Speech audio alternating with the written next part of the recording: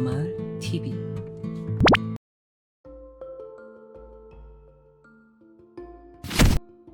(1955년) 중국의 초대 주석이었던 모택동은 미국과 소련, 영국 등 당시 강대국들을 따라잡겠다며 야심찬 계획을 세웠습니다. 이른바 대약진 운동이라고 불리는 경제성장 계획입니다. 모택동은 농촌으로 현장 지도를 갖다가 지나가는 참새를 보곤 검지로 가리키며 참새는 해로운 새라고 했는데, 이 한마디 때문에 중국 역사상 유례없는 규모의 재앙이 발생합니다. 대약진 운동의 일환으로 지시한 대규모 해충 해조 박멸 운동인 제사해 운동이 그 시작입니다. 제사해란 4가지의 해를 제거한다는 뜻으로 중국 인민들에게 해를 끼치는 4가지의 해로운 것을 박멸한다는 것입니다. 모기와 파리, 쥐, 그리고 모택동의 한마디로 인한 참새가 그 4가지인데, 사해를 박멸하겠다는 모택동의 의지는 1958년 10월 본격적으로 전국으로 퍼졌고, 연설을 통해 중국 인민에게 해를 끼치는 사해를 박멸하겠다고 선언했습니다. 모택동의 연설을 시작으로 중국의 모든 인민들은 참새를 잡는 데 동원되었고, 참새가 농작물에 미치는 해로운 영향만이 강조하며 알려지면서 어른과 아이 할 것 없이 참새를 잡는 것에 온 힘을 쏟아부었습니다. 이때 참새를 잡을 때 총이나 새총 같은 것을 사용하지 않고 계속하여 하늘을 날개한 뒤 탈진시켜 잡는 방식을 사용했는데,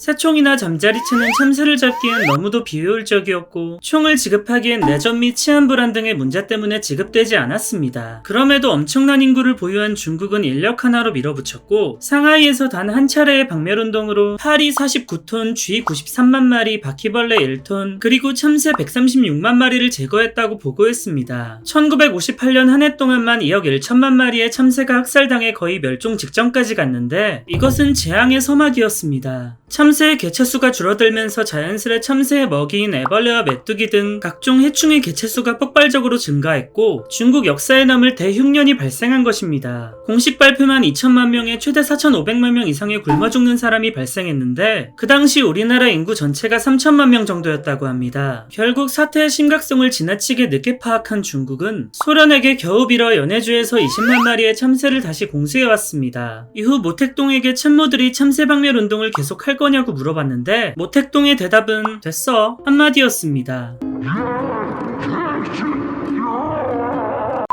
결과적으로 희대의 뻘짓으로 남긴 했지만 참새 박멸에 대한 근거가 아예 없는 것은 아니었습니다. 참새는 추수기 때 엄청난 양의 곡식을 훔쳐먹기 때문에 농민들에겐 그야말로 원수 같은 존재였고, 모택동은 분홍집안 출신에다 청년 시절 농민들과 함께 활동한 경력도 있었기 때문에 나름대로 농업에 대해서는 잘 알고 있었습니다. 이 때문에 당시 중국 인민들은 농업을 해치는 참새 박멸에 어느 정도 납득을 하는 분위기도 많았다고 합니다. 문제는 참새의 해로운 점만을 지나치게 의식하는 바람에 참새의 이로운 점을 생각 못한 것입니다. 참새가 농업을 해치는 것은 분명 사실이지만, 문제는 참새와 같이 인간에게 피해를 끼치면서 동시에 참새의 먹이가 되는 모기와 파리 그리고 쥐를 퇴치하는 것을 참새보다 뒷순서로 미룬 것입니다. 4가지의 해가 되는 동물들을 박멸하려고 한 제사의 운동이 오로지 참새만을 위한 운동으로 변질되어 버렸습니다. 참새가 사라진 만큼 참새가 잡아먹었어야 할 모기와 파리의 숫자는 오히려 엄청나게 많아졌습니다. 이때 참새 박멸이 다른 동물보다 우선시하게 된 이유에는 당시 농업을 우선시하는 풍조 때문인데, 파리나 모기는 곡식을 먹지 않고 쥐는 곡식을 먹긴 하지만 창고에 저장해 놓은 것을 조금씩 훔쳐먹는 정도라 수확철에 직접적으로 손해를 입히는 참새를 우선적으로 잡게 된 것입니다. 당시 성과를 내야 하는 당원 및 관료들 입장에선 눈에 잘 보이지도 않는 벌레보단 덩치가 큰 참새를 잡는 것이 더 있어 보이는 성과기도 하고, 당장의 눈앞에 농업 생산량을 올리는 게 급선무라 생각하여 눈에 잘 띄는 참새부터 박멸했습니다. 이 당시엔 참새가 벌레를 잡아먹는다는 이로운 새라는 점이 잘 알려지지 않았고, 참새의 감소로 엄청나게 늘어난 곤충과 벌레는 아무리 많은 인구를 보유한 중국이라고 하더라도 완전히 박멸할 수 없었기 때문에 농업은 말 그대로 붕괴되었습니다. 한 사람의 희대의 뻘짓으로 애꿎은 참새들만 멸종 직전까지 간 안타까운 사건으로 기록되었습니다.